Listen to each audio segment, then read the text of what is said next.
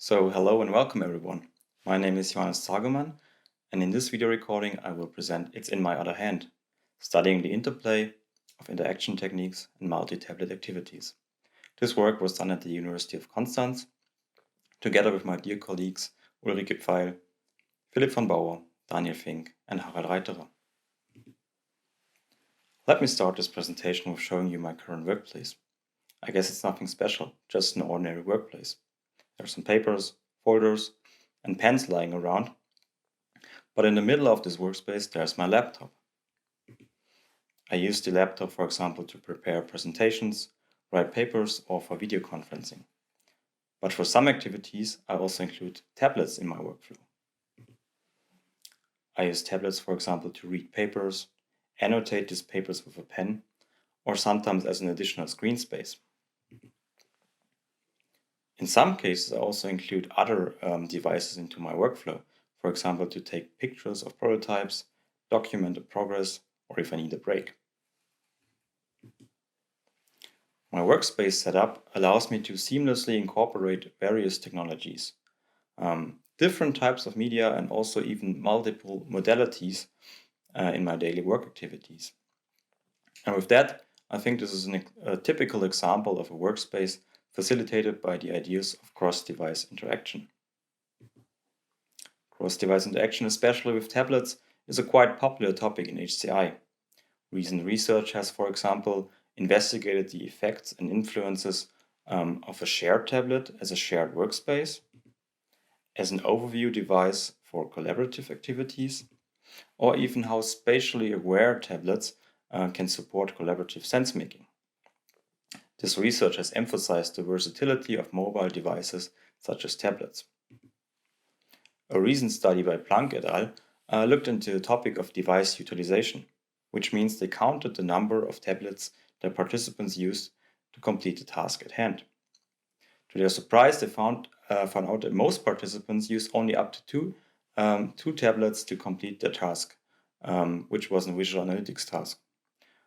They refer this finding to the legacy bias of only being used to work with single devices such as a laptop, not taking the advantages or maybe just not knowing the advantages of using multiple devices.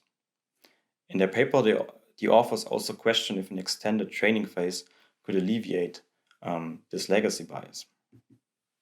However, findings of a sense-making task using the conductor system have shown that participants easily included 8 or even up to 10 devices into their workflow.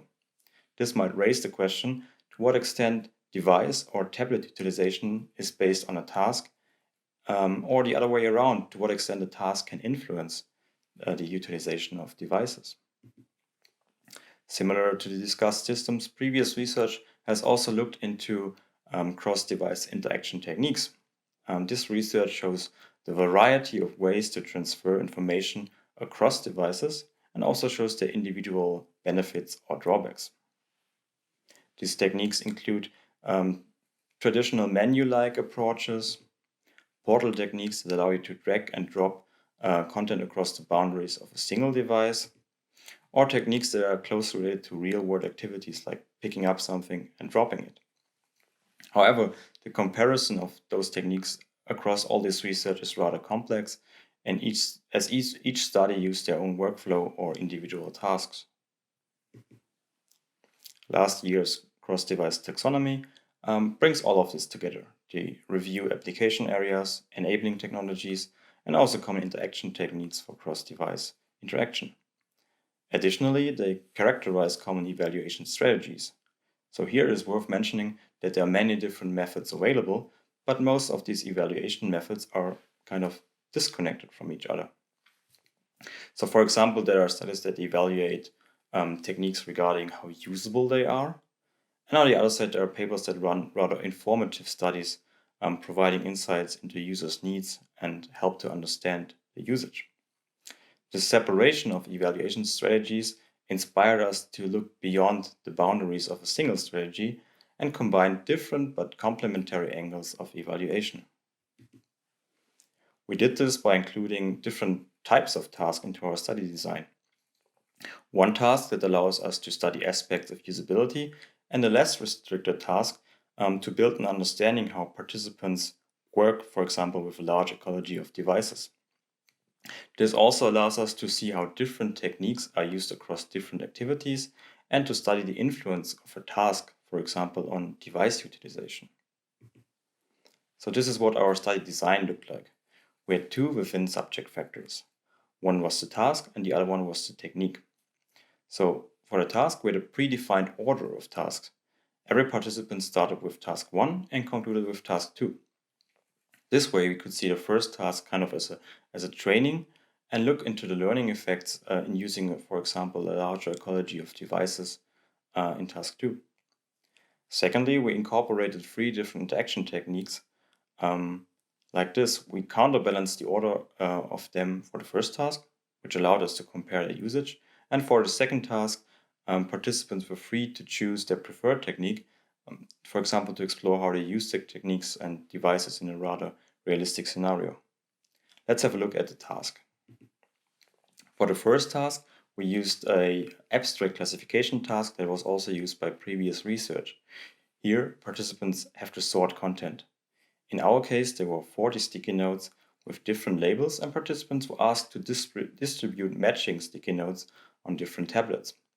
Here we were able to look into classical usability metrics such as time or error. As a counterpart, we included a complex sense-making task that was also used by previous research. In a murder mystery, participants are provided with hints and clues written on sticky notes, and they have to find, for example, the weapon, the time and place of the crime. This allowed us to see how participants handle a larger number of devices and just look into the effects of the training using the first task. This is what our techniques look like. The first one is called menu, the second one is called tray, and the last one is called pick and drop. We chose these techniques as they do not require any additional engagement with device such as rotating or tilting, and they do not need any extra hardware augmentation such as a tracking camera. Let's have a look at them. The menu button appears after pressing a sticky note, and then you can paste it on another tablet. The tray is like a portal, and you can just drag and drop sticky notes into it and out of it. And pick and drop is related to picking and dropping objects in the real world. Here you can see the setting of our user study. Participants were sitting at an ordinary office table, and they were provided with a stack of 8 tablets. For our study, we invited 24 participants, and we had 40 sticky notes per task, which means in task 1 there were different letters of the alphabet, and in the second task there were hints and clues on a murder mystery. With our study, we first looked into the performance of the 3 interaction techniques using the abstract classification task. Then we were interested in the workflow of participants, also using the abstract classification task. And lastly, we let participants solve the murder mystery, and we explored their usage of techniques, devices, their workflow, and also their opinions. Let's start with some performance metrics. So looking at the task completion times, participants needed statistically longer using the menu technique, mainly due to the extra step to just show the menu. We analyzed the tablet utilization using the time-weighted tablet utilization score, and here a score of 1 would indicate that participants used 1 device for the entire time, and a score of 8 would indicate that participants used all tablets for the entire session. And here the scores were rather equal, of all above 5.0. We also asked participants to rate the techniques. Here participants did not really prefer the menu technique. Only 1 participant said that menu is the preferred technique, and 18 participants said that menu is the least preferred technique. Tray was preferred by 11 participants, and 12 participants preferred pick and drop. Participants were only asked to sort and distribute the sticky notes for the abstract classification task. However, they were free in their behavior and workflow, so that's why we investigated how they proceeded. We were able to characterize 3 different types of work behavior. The first one is called one tablet, many piles. And here participants focused heavily on sorting activities. They sorted all sticky notes on one tablet, and after that they started to distribute those piles of sticky notes to another tablets. The second group is called many tablets, one pile each. Here participants sorted the sticky notes by directly distributing them to different tablets. And the major group was a rather mixed group. Here participants sorted the sticky notes until one pile was complete, and then they distributed this pile to a new tablet and started with the next pile to sort and then distribute it. We also saw some interesting work behaviors during our video analysis. So for example, on the left-hand side, you can see that one participant used both hands, one to pick up a sticky note and the other one to drop it on a different tablet. On the right-hand side, you can see a participant that did not hesitate to stack all those tablets, which was an indicator that they are finished. With the murder mystery task, we allow participants to choose their preferred technique, and here the choice was related to their preferences for the first task.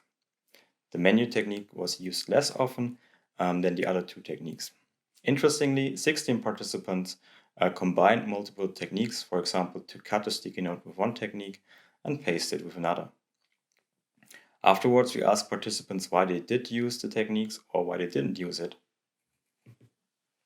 Here it was interesting to see the rationales.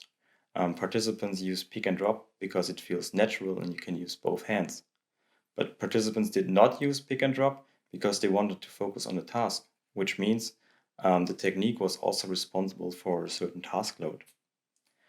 Participants used tray as it was handy, but they also used it as a trash bin. And that's how it looked like. This participant on the left moved all sticky notes with less important information into the tray. In the tray, the sticky notes were a bit smaller and thus they needed less screen space. On the right-hand side, this participant had a dedicated trash tablet. Similarly to the other participant, this one moved everything that was less important out of sight to focus on the task. Focusing on the task was also important using tray. Some participants did not use it because they said the task was too complex to also incorporate a new technique. Participants used menu because it was fun and easy, but it was not used because it took too many steps to complete the action. We also calculated the time-weighted tablet utilization score for the murder mystery. Again, a score of 1 indicates the usage of a single tablet for the entire time, and 8 would show the usage of all tablets for the entire session. Interestingly, we were able to calculate a score of 6.5, showing an even heavier usage of tablets as in the abstract classification task.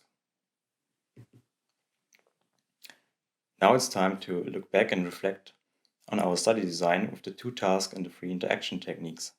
Using the combination of different types of tasks in a user study is an effective way to gain different perspectives on a research problem. Here, using the first task as a training for the second task showed an interesting impact on device utilization, and with that, training can be seen as a method to cope with the mentioned legacy bias. Future research should further investigate the effects and influences of suitable task combinations, allowing complementary insights into participants' usage and needs with cross-device systems. This might eventually result in components of an evaluation framework that allows to compare techniques and systems and maybe creates a frame of reference for future research. If you're interested in more details, tables, figures, and numbers, feel free to read the paper. Thank you and take care.